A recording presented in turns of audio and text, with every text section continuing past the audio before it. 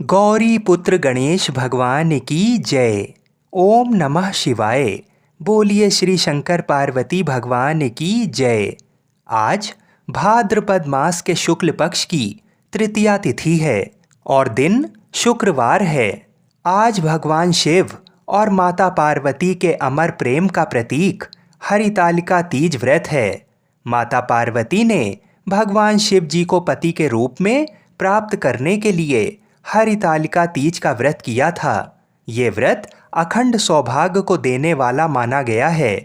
महिलाएं अपने पति की लंबी आयु के लिए निर्जला व्रत रखती हैं और कुंवारी कन्याएं भी मनपसंद वर की प्राप्ति के लिए ये व्रत रखती हैं।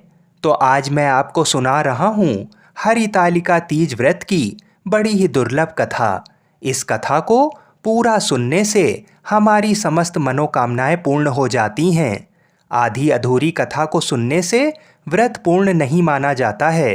तो आप लोग बड़ी ही श्रद्धा और प्रसन्नचित मन से इस कथा को पूरा अवश्य सुनिएगा। सूत जी ने कहा, हे सौनक आदि महर्षि गण, मदार के फूलों से सजे हुए केश वाली दिव्य वस्त्रों से विभूषित पार्वती जी को तथा मुंडमाला में सुशोभित शिव जी को जो दिगंबर रहते हैं, ऐसे शिव जी को मैं बार बार प्रणाम करता हूँ।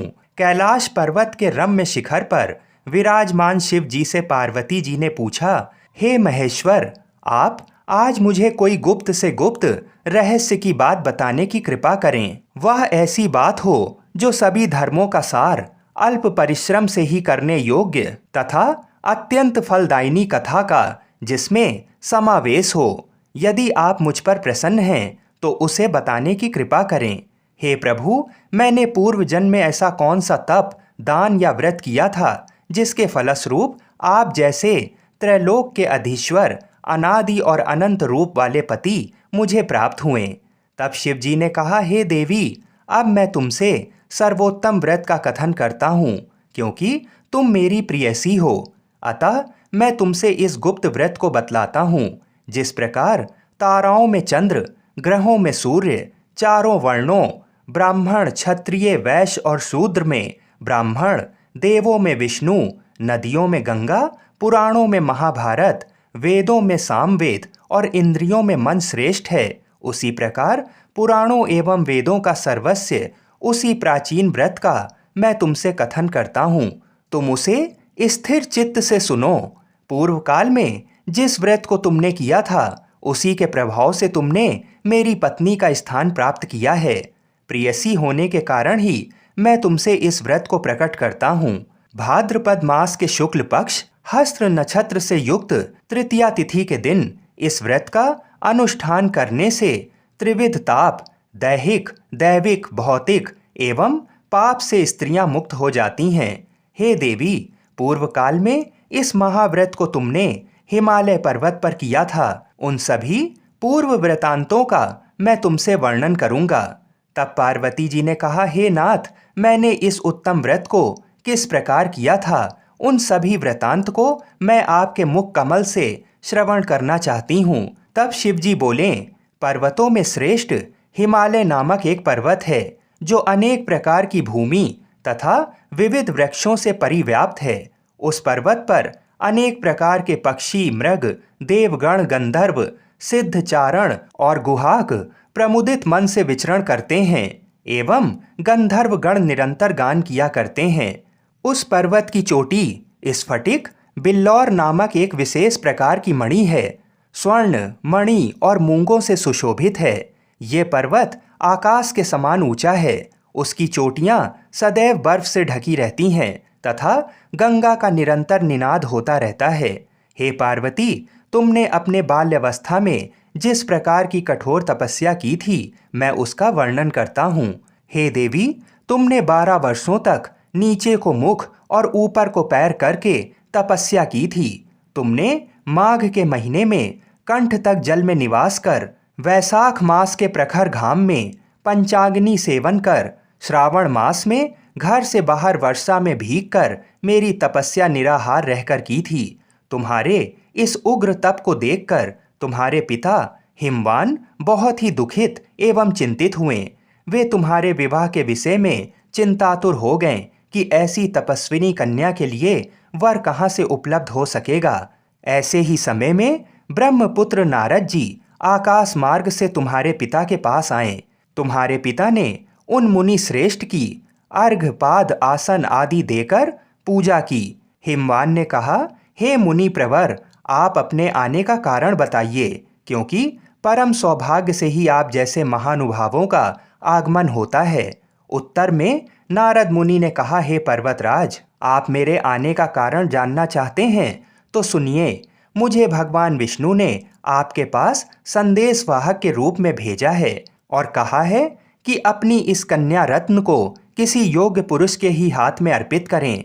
संपूर्ण देवों में वासुदेव से बढ़कर अन्य कोई देव नहीं है। इसलिए मेरी भी यही राय है कि आप अपनी कन्या भगवान विष्णु को सौंपकर जगत में यशस्वी बने। नारद जी की बात सुनकर हिमालय ने कहा, यदि भगवान विष्णु ने इस कन्या को ग्रहण करने की स्वयं इच्छा की है तो मुझे कोई आपत्ति नहीं है, क्योंकि आपकी सम्मति है। इसलिए अब आज से इस संबंध को निश्चित ही समझिए। हिमवान द्वारा इस प्रकार का निश्चयात्मक उत्तर पाकर नारद जी उस स्थान से अंतर्ध्यान होकर शंख चक्र गदा एवं पद्मधारी विष्णु जी के पास उपस्थित हुए। उन्होंने हाथ जोड़कर प्रणाम करते हुए विष्णु भगवान से कहा, हे देव, मैंने आपका विवाह संबंध पर्वतराज हिमवान की पुत्री से निश्चित कर दिया है। उधर हिमवान ने प्रसन्न होकर तुमसे कहा कि हे पुत्री, मैंने तुम्हारा विवाह भगवान विष्णु के साथ पक्का कर दिया है। पिता द्वारा विपरीत अर्थक वाक्य सुनकर तुम अपनी सखी के घर चली गई और वहीं भूमि पर लेटकर अत्यंत विलाप करने लगी। तुम्हें रुदन करता हुआ देखकर तुम्हारी सहेलियों ने तुमसे पूछा कि हे देवी, तुम अपने दुख का कारण मुझे बताओ, हम सभी निसंदेह आपका कार्य पूरा करेंगी। सखियों द्वारा आश्वासन पाकर तुमने उत्तर दिया कि हे सखी, आप सभी सुनिए, मेरी इच्छा महादेव जी के साथ विवाह करने की है, परंतु मेरे पिता ने मेरी इच्छा के विरुद्ध कार्य किया है, अर्थात उन्होंने विष्णु भगवान जी के साथ मेरा विवाह करने का नारद जी को वचन दे दिया है। इसलिए सखियों, अब मैं अपने इस शरीर का निश्चित रूप से परित्याग करूंगी। तब तुम्हारी बात सुनकर तुम्हारी सखियों ने कहा, तुम घबराओ नहीं, हम और तुम दोनों ही किसी ऐसे घनघोर वन में निकल चलें जहां पर तुम्हारे पिता ना पहुंच सकें। इस प्रकार की गुप्त मंत्रणा करके तुम अपनी सखियों के साथ निर्जन वन में पलायन कर गई। तदनंतर तुम्हारे पिता हिमवान ने पास पड़ोस के प्रत्येक घरों में तुम्हारी खोज की, किंतु तुम्हारा कहीं भी पता ना लगा। तुम्हारे पिता ने तुम्हें ना पाकर मन में संदेह किया कि कहीं किसी देव, दानव, किन्नर आदि ने मेरी पुत्री का अपहरण तो नहीं कर लिया है। वे इस सोच में भी पड़ गए कि अब मैं नारद जी को क्या जवाब दूंगा, क्योंकि मैंने उनसे विष्णु जी के लिए पुत्री के विवाह का वचन दिया था। अब मैं उपहास का पात्र बनूंगा। ऐसे सोचते सोचते वे घबराकर मूर्छित हो गए। उनके संज्ञा शून होते ही सभी लोग उनके समीप एकत्रित होकर उनसे पूछने लगे कि हे पर्वतराज, आप अपनी मूर्छित अवस्था का कारण मुझे बताइए। कुछ स्वस्थ होने के बाद हिमालय ने उन लोगों से कहा कि मेरी कन्या का किसी ने अपहरण कर लिया है, अथवा हो सकता है किसी विषधर सर्प ने डस लिया हो, अथवा सिंह, व्याघ्र आदि किसी हिंसक पशु ने भक्षण कर लिया हो। यही मेरे दुख का कारण है। ना जाने मेरी पुत्री कहाँ चली गई, अब मैं क्या करूं? ऐसा कहते हुए हिमालय इस प्रकार कांपने लगे जैसे किसी प्रचंड आंधी में वृक्ष हिलने लगते हैं। तत्पश्चात तुम्हारे पिता तुम्हारी खोज में भयानक जंगल के भीतर अग्रसर हुए। इधर तुम तो पहले से ही अपनी सखियों के साथ उस भीषण वन में जा चुकी थी। उस स्थान पर एक नदी प्रवाहित हो रही थी, वहां एक गुफा भी थी। तुमने उसी गुफा में जाकर आश्रय लिया और निराहार रहकर मेरी बालू की मूर्ति बनाई, जो शिव पार्वती सहित थी। इस मूर्ति की तुमने स्थापना की। जब भाद्रपद मास के शुक्ल पक्ष की तृतीया हस्त नक्षत्र से युक्त आई, तब तुमने उस दिन रात्रि में जागरण कर गीत वाद आदि के साथ मेरा भक्ति पूर्वक पूजन किया।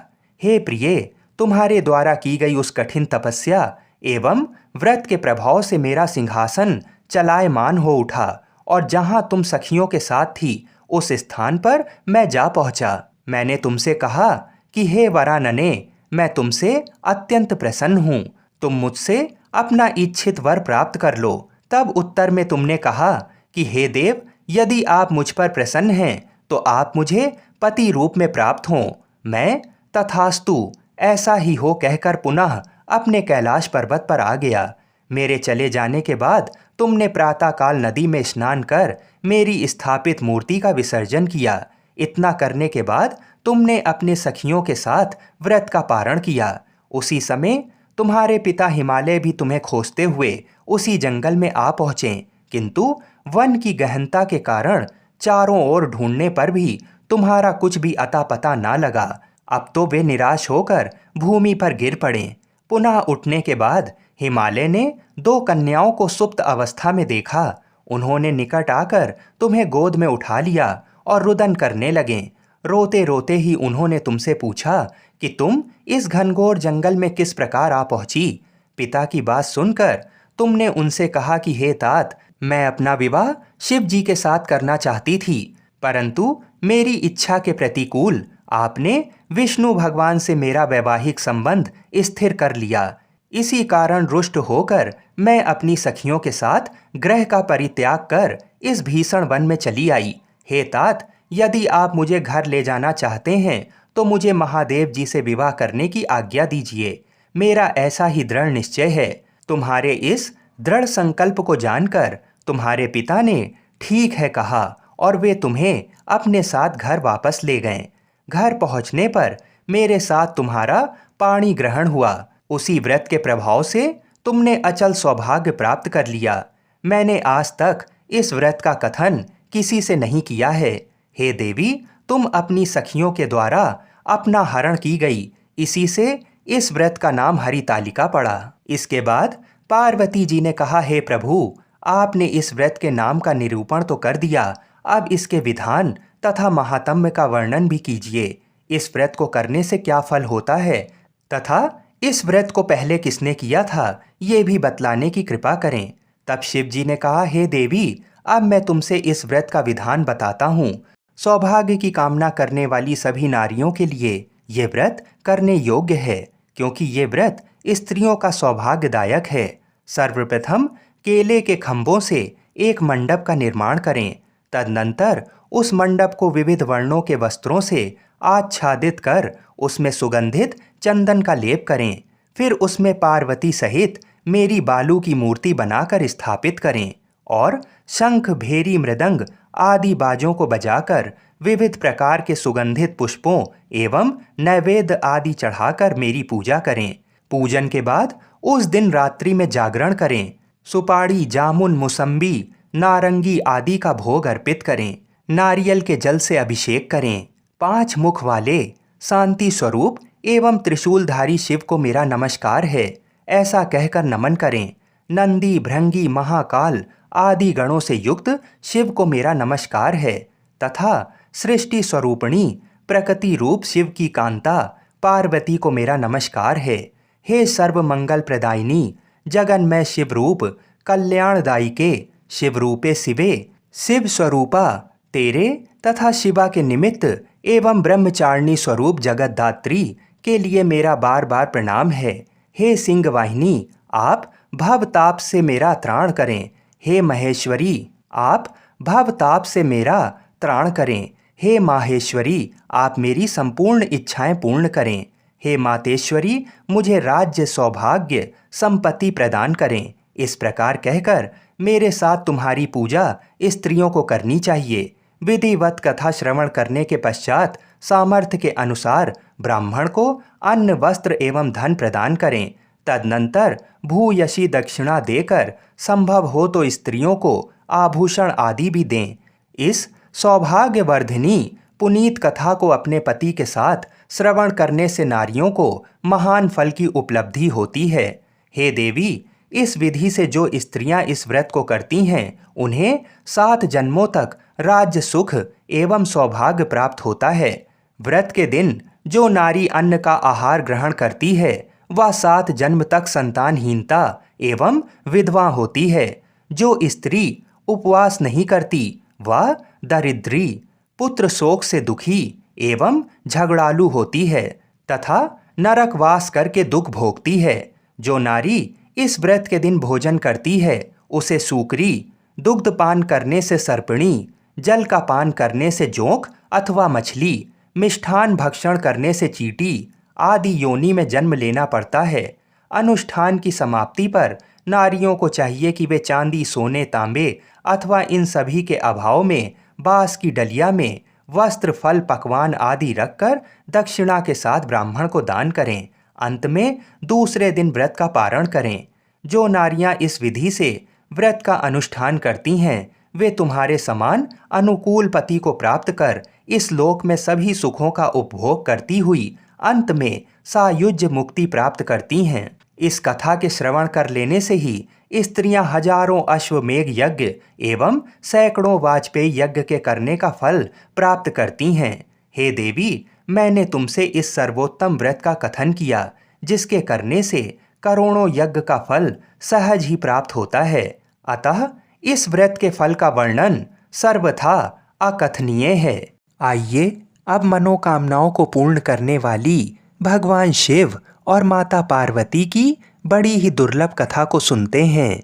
इस कथा को सुनने से ही व्रत पूर्ण माना जाता है। एक बार की बात है, माता पार्वती शिव जी को पति रूप में प्राप्त करने के लिए घोर तप कर रही थीं। उनके तप को देखकर देवताओं ने शिव जी से देवी की मनोकामना को पूर्ण करने की प्रार्थना की। शिव जी ने पार्वती जी की परीक्षा लेने सप्त ऋषियों को भेजा। सप्त ऋषियों ने शिव जी के सैकड़ों अवगुण गिनाए, पर पार्वती जी को महादेव के अलावा किसी और से विवाह मंजूर नहीं था। सज्जनों, विवाह से पहले सभी वर अपनी भावी पत्नी को लेकर आश्वस्त होना चाहते हैं। इसलिए शिव जी ने स्वयं भी पार्वती जी की परीक्षा लेने की ठानी। भगवान शंकर प्रकट हुए और पार्वती जी को वरदान देकर अंतर्ध्यान हुए। इतने में पार्वती माता जहां तप कर रही थीं, वहीं पास में तालाब में मगरमच्छ ने एक लड़के को पकड़ लिया।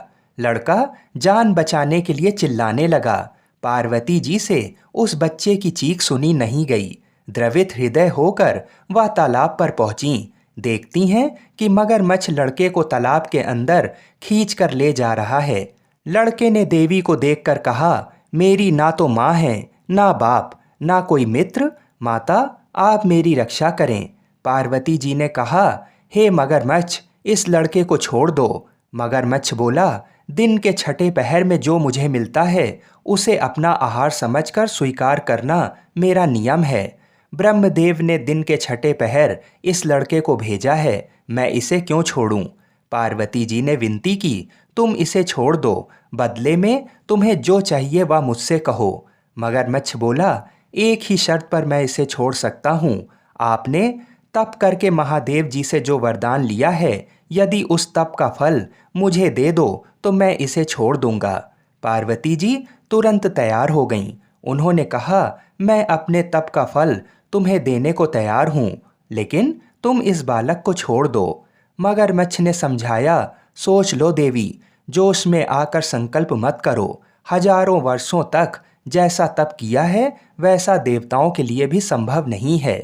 उसका सारा फल इस बालक के प्राणों के बदले चला जाएगा। पार्वती जी ने कहा, मेरा निश्चय पक्का है, मैं तुम्हें अपने तप का फल देती हूँ, तुम इसको जीवन दे दो। मगरमच्छ ने पार्वती जी से तप दान करने का संकल्प करवाया। तप का दान होते ही मगरमच्छ का देह तेज से चमकने लगा। मगर बोला, हे पार्वती, देखो तप के प्रभाव से मैं तेजस्वी बन गया हूँ। तुमने जीवन भर की पूंजी एक बच्चे के लिए व्यर्थ कर दी। चाहो तो अपनी भूल सुधारने का एक मौका और दे सकता हूँ। पार्वती जी ने कहा, हे ग्रह, तब तो मैं पुनः कर सकती हूँ, किंतु यदि तुम इस लड़के को निगल जाते तो इसका जीवन वापस नहीं मिल सकता था।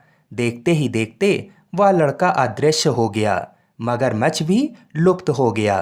पार्वती जी ने विचार किया, मैंने तप तो दान कर दिया है, अब पुनः तप आरंभ करूंगी। पार्वती जी ने फिर से तप करने का संकल्प किया। भगवान सदाशिव फिर से प्रकट होकर बोले, पार्वती, भला अब क्यों तप कर रही हो? पार्वती जी ने कहा, प्रभु, मैंने अपने तप का फल दान कर दिया है। आपको पति रूप में पाने के संकल्प के लिए मैं फिर से वैसा ही घोर तप कर आपको प्रसन्न करूंगी। महादेव जी बोले, मगरमच्छ और लड़के दोनों रूपों में मैं ही था। तुम्हारा चित्त प्राणी मात्र में अपने सुख दुख का अनुभव करता है या नहीं, इसकी परीक्षा लेने को मैंने ये लीला रची थी। अनेक रूपों में दिखने वाला मैं एक ही हूँ। मैं अनेक शरीरों में शरीरों से अलग निर्विकार हूँ। तुमने अपना तप मुझे ही दिया है, इसलिए अब और तप करने की कोई जरूरत नहीं है। देवी ने महादेव को प्रणाम कर प्रसन्न मन से विदा किया। बोलिए शंकर पार्वती भगवान की जय। आइए अब मनोकामनाओं को पूरी करने वाली दूसरी कथा को भी सुनते हैं। नारद जी ने एक बार भोलेनाथ जी की स्तुति करके पूछा, प्रभु, आपको प्रसन्न करने के लिए सबसे उत्तम और सुलभ साधन क्या है?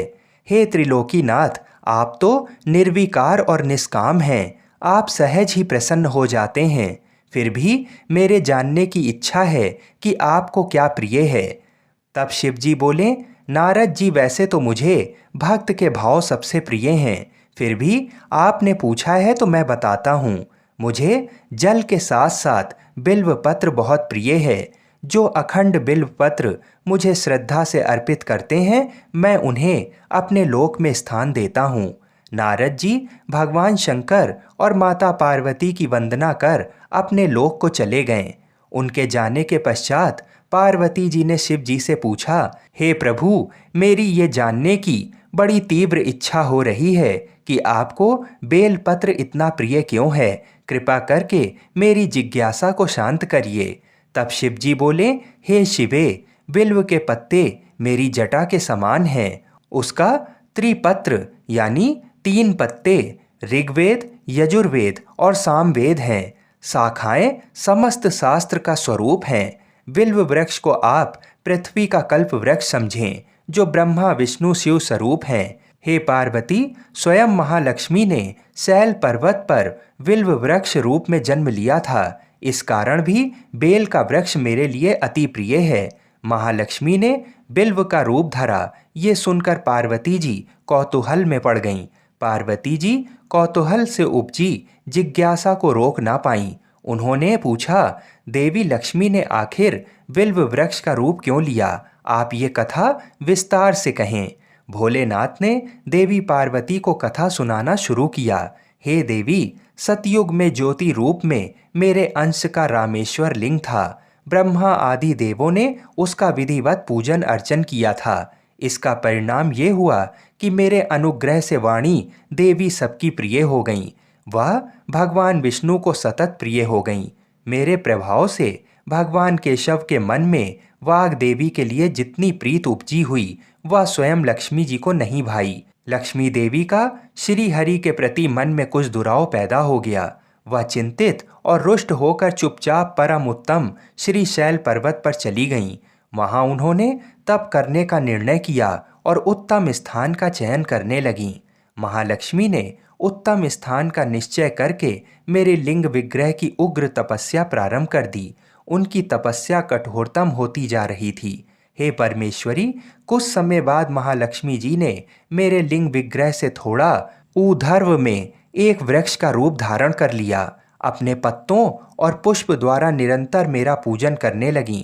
इस तरह महालक्ष्मी ने 1 करोड़ वर्ष तक घोर आराधना की। अंततः उन्हें मेरा अनुग्रह प्राप्त हुआ।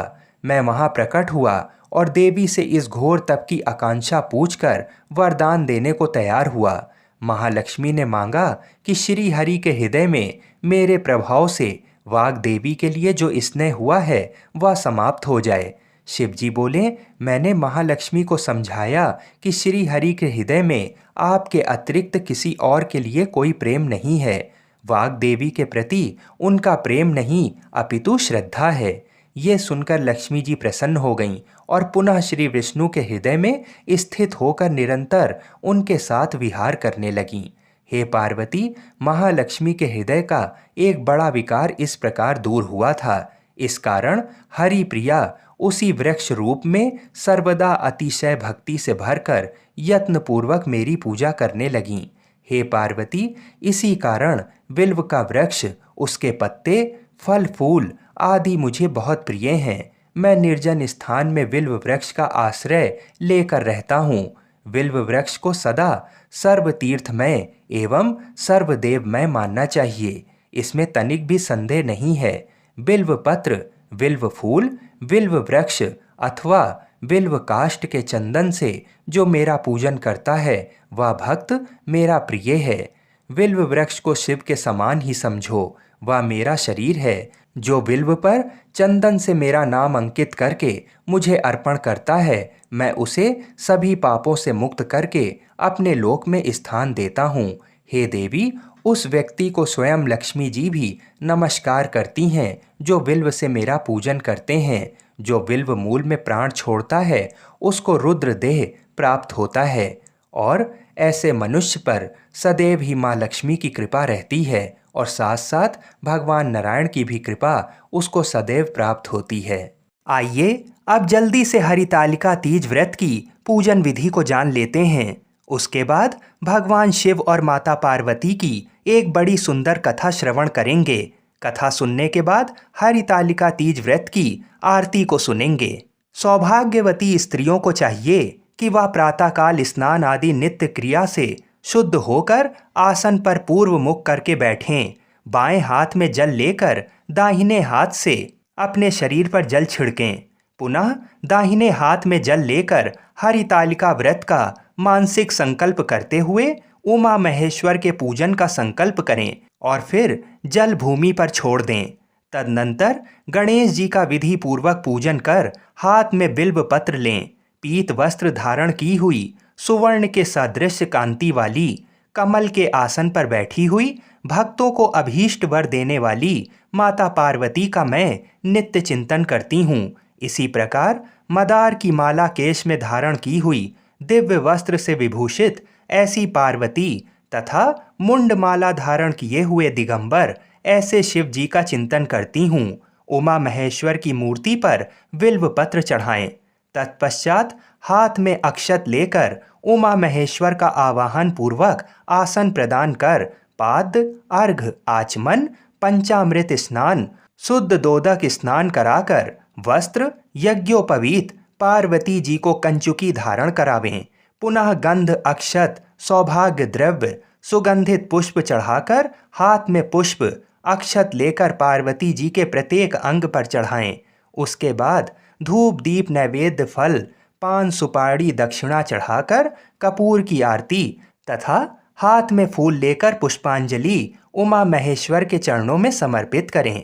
पश्चात उमा महेश्वर की मूर्ति की हाथ से प्रदक्षिणा कर नमस्कार पूर्वक, हे देवी, आप मुझे पुत्र, धन, सौभाग्य तथा मेरे सभी मनोरथों को पूर्ण करें, इस प्रकार कहकर उमा महेश्वर से प्रार्थना करें। तदनंतर हाथ में जल लेकर संकल्प पूर्वक सुहाग की पिटारी ब्राह्मण को दें। उसके बाद हरितालिका व्रत की कथा ब्राह्मण द्वारा अथवा अन्य किसी के द्वारा श्रवण करें या स्वयं पढ़ें। आइए अब मनोकामनाओं को पूर्ण करने वाली भगवान शिव और माता पार्वती की बड़ी ही दुर्लभ कथा को सुनते हैं।